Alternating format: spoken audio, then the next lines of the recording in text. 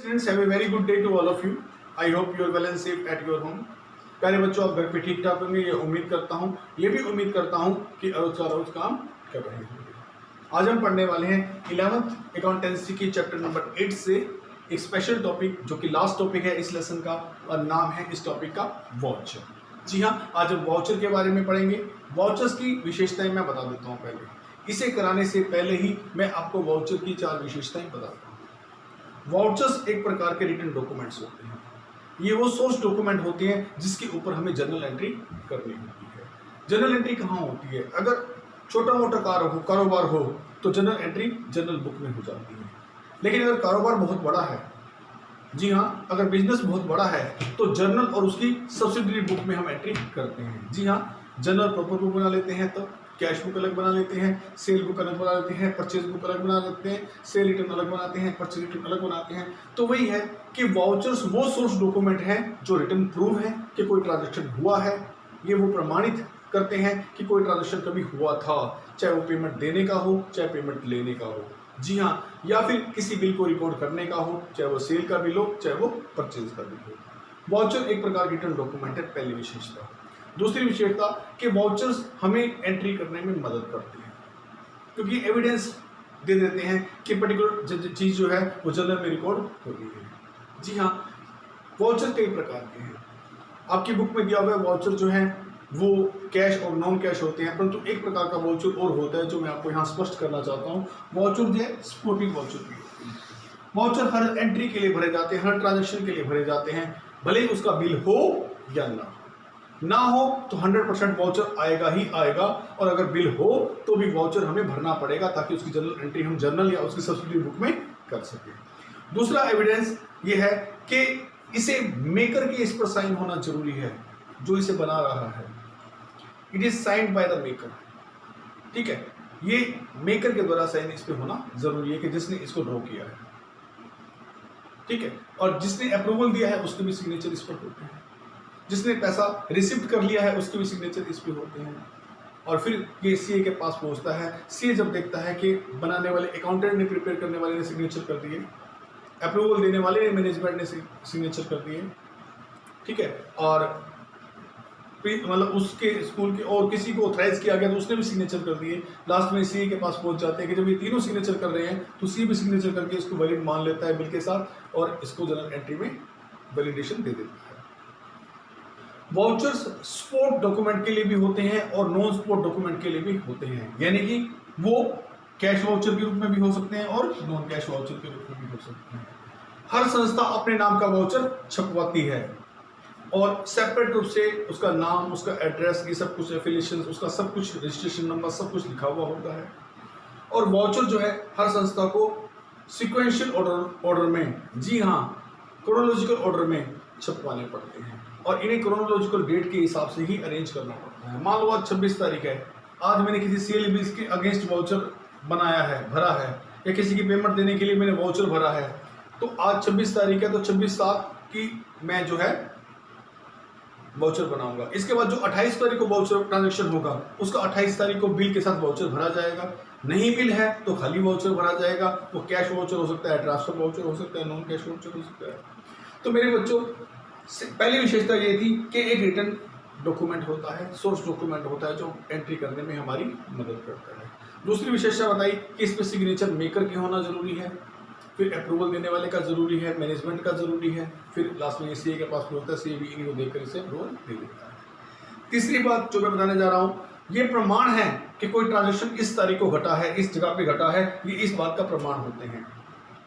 चौथी विशेषता जो वाउचर की है वो ये कि कंटेन करते हैं कि किसके अगेंस्ट वाउचर लिखे गए हैं, कौन सी डेट को लिखा गया है, क्या ट्रांजैक्शन हुआ है, उसमें पेमेंट आई है, पेमेंट गई है, या स्पोर्टिंग वाउचर लिखा गया है, किसी सेल का बिल कोई आया है तो सेल के बिल को चढ़ाने के लिए भी एक वाउचर लिखा जाएगा, परचेज का कोई बिल आया तो परचेज के बिल को भी चढ़ाने के लिए।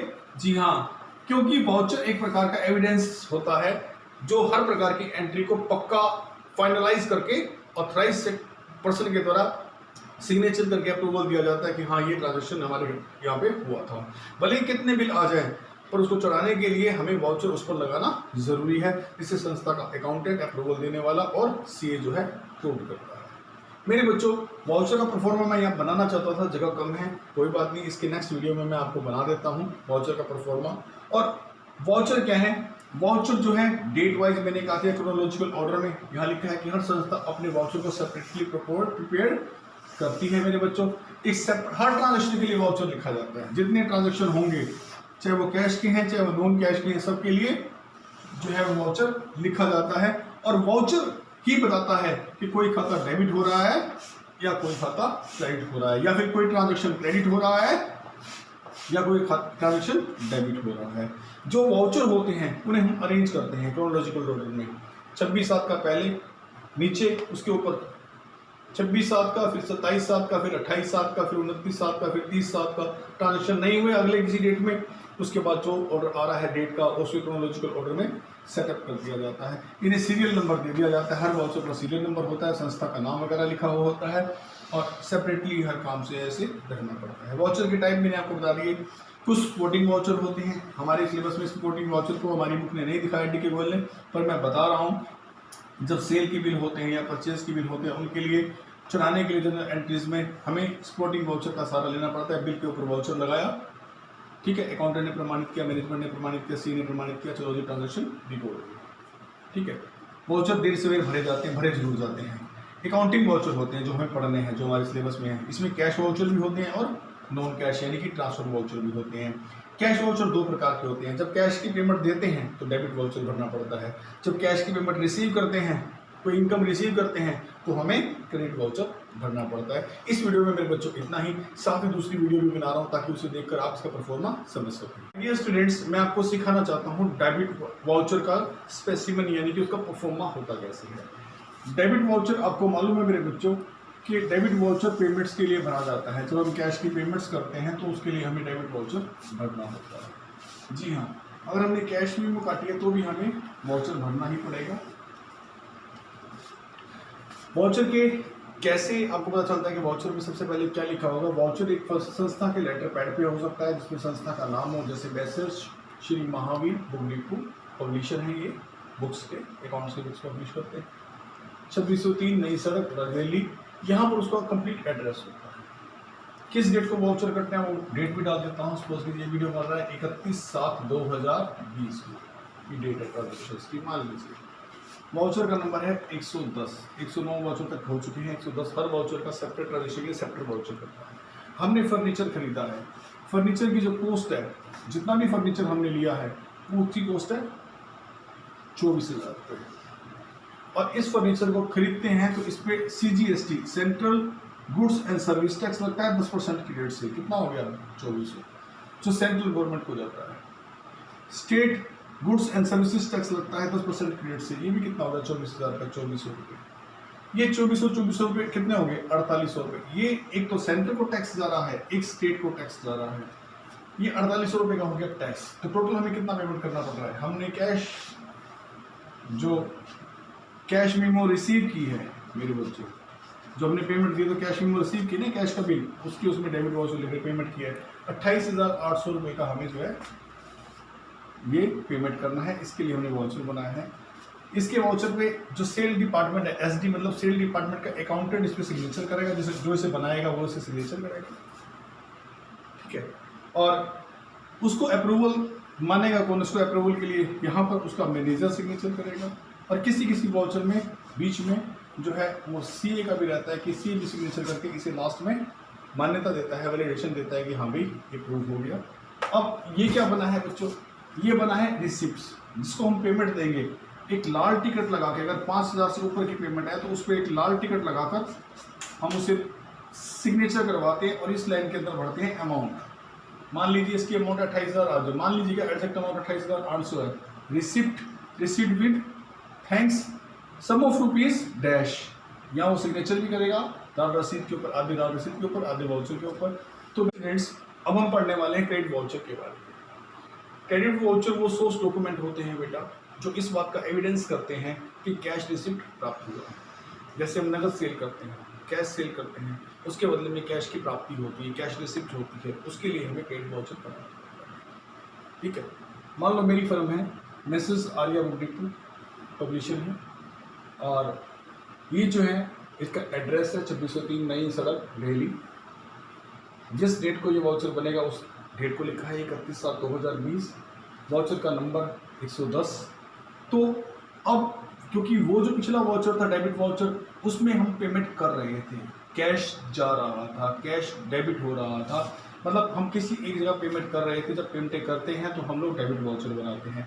जब हम पेमेंट को रिसीव करते हैं, रिसीव कब करते हैं? जब हम कुछ चीज़ सेल करते हैं। अब हम बुक्स को सेल कर रहे हैं, पहले हमने फर्नीचर परचेज किया था उसमें जब डेबिट वाउचर बना था। अब हमारा है क्रेडिट वाउचर, इसमें हम कुछ सेल कर रहे हैं। अच्छा, सेल कर रहे हैं, उसमें एक चीज़ आपको मैं क्लियर करना भूल गया कि जो चीज़ परचेज करते हैं, जैसे फर्नीचर है, फर्नीचर को परचेज करने के लिए हमने इनपुट CGST दिया था, सेंटर को टैक्स दिया था, गुड्स एंड सर्विस, स्टेट को टैक्स दिया था।